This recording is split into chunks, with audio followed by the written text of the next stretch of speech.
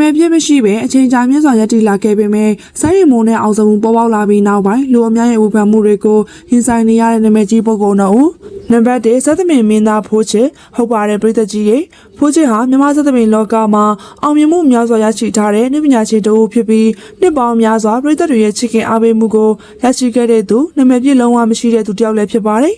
ဒါပေမဲ့အောင်စမှုကိုလူသိများလာပြီးနောက်ပိုင်းမှာတော့လူမှုကွန်ရက်ပေါ်မှာဖိုးချစ်နဲ့ပတ်သက်တဲ့ဝေဖန်မှုတွေစတိုက်ထွက်ပေါ်နေကြတာလည်းဖြစ်ပါတယ်အထူးသဖြင့်အောင်စမှုကိုမနာလိုတာကြောင့်ဆရာတယောက်အနေနဲ့မပီသားကြောင်းအောင်စမှုအဖွဲ့ကိုတနစ်ကြာဖျော်ဖြေခွင့်ပေးခဲ့တာဟာဖိုးချစ်တဲ့သက်ဆိုင်နေဆိုတဲ့ဆွဆွဲမှုတွေပြည့်နေခဲ့တာလည်းဖြစ်ပါတယ်ကိုရီးကိုရာနဲ့ပတ်သက်တဲ့မိမကိစ္စကောလာဟာလာတွေကိုအတိမပြုတ်နိုင်တဲ့ပြောဆိုမှုတွေကြောင့်လည်းဖြည့်တဲ့ဝေဖန်မှုတွေကိုခံနေရတာလည်းဖြစ်ပါတယ်ဒါပေမဲ့လည်းဖိုးချစ်ဘက်ကမြစ်တာနဲ့သာတုံ့ပြန်ခဲ့ပြီးဇာသမင်ဖွင့်မျိုးတိုးတက်ရေးကိုသာဆက်လက်အာရုံစိုက်လှုပ်ဆောင်ခဲ့တာကိုပြည်သက်တွေအမြင်တွေ့ခဲ့ရမှာပဲဖြစ်ပါတယ်နံပါတ်2ကဘာဆိုင်ရေးဆရာဇာသမင်ပညာရှင်မန္တလေးသိန်းစောပဲဖြစ်ပါတယ်ဟုတ်ပါတယ်မန္တလေးသိန်းစောကဒါကလည်းညင်းမရတဲ့အချက်တစ်ခုပဲဖြစ်ပါတယ်မန္တလေးသိန်းစောဟာလည်းဇာသမင်နယ်ပယ်မှာအတွေ့အကြုံများစွာရှိပြီးပညာရေးပိုင်းဆိုင်ရာမှာလေးစားခံရတဲ့ပုဂ္ဂိုလ်တဦးဖြစ်သူလူသိများတဲ့သူတစ်ယောက်လည်းဖြစ်ပါတယ်ဒါပေမဲ့လည်းမကြသေးခင်ကစိုင်းရင်မိုးဖြောပြခဲ့တဲ့စာရန်စင်မင်းစက်တော်နဲ့ပတ်သက်ပြီးတော့မူပါခွင့်အတွက်ပြောဆိုနေကြသလိုတခြားသူတွေကလည်း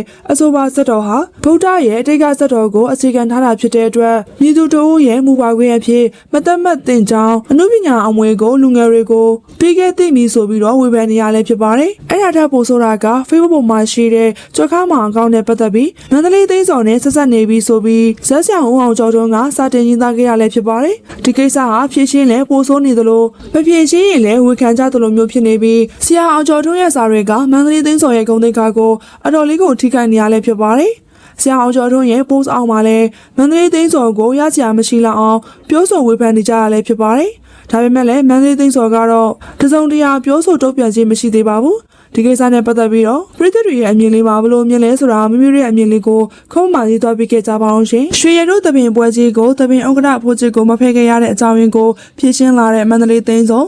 မန္တလေးသိန်းစော်ရဲ့90ပြည့်ရွှေရတို့ပွဲကြီးကိုခက်ခဲနနာကျင်းပခဲ့ပြီးတော့ဒီပွဲမှာအောင်စမှုကကပြဖျော်ဖြေခဲ့ပေမဲ့ဖိုးချစ်ကိုတော့မတွေ့ခဲ့ရပါဘူးရွှေရတို့တပင်ရဲ့ညစာစာပွဲမှာလည်းဖိုးချစ်ကိုမတွေ့ခဲ့ရတာကြောင့်သူတို့နှစ်ယောက်ကြားထဲမှာအဆင်မပြေလို့လားလို့ထင်ခဲ့တာပါကျင်းပဖို့အစီအစဉ်တွေကိုစတင်ခဲ့တဲ့အခါမှာတော့တူလိုသားလိုချစ်ခင်ရတဲ့ကိုကျော်စင်ရနဲ့အရင်ဆုံးတိုင်ပင်ခဲ့ရတာလည်းဖြစ်ပါတယ်ဂျာကြီးကလည်းလောက်ပါဆိုပြီးတော့အားပေးခဲ့ရသလိုအောင်စမှုကလည်းဘယ်လောက်တောင်စိတ်ထားလာတယ်လဲဆိုရင်သူ့ရဲ့အဖွဲ့တစ်ဖွဲ့လုံးပါဝင်ကူညီပေးမယ်လို့ကတိပေးခဲ့ရတဲ့ဖြစ်ပါတယ်အောင်စမှုကိုယ်တိုင်ကမန္တလေးသိန်းစော်ကိုဘယ်အဖွဲ့ကိုပဲဖိတ်အဆင်ပြေတယ်လို့သဘောထားကြီးစွာနဲ့ပြောဆိုခဲ့ရလဲဖြစ်ပါတယ်ဒါကြောင့်မန္တလေးသိန်းစော်ကလည်းဘယ်လိုက်တယ်လို့အပြောမခံရအောင်တပြန်အဖွဲ့တွေ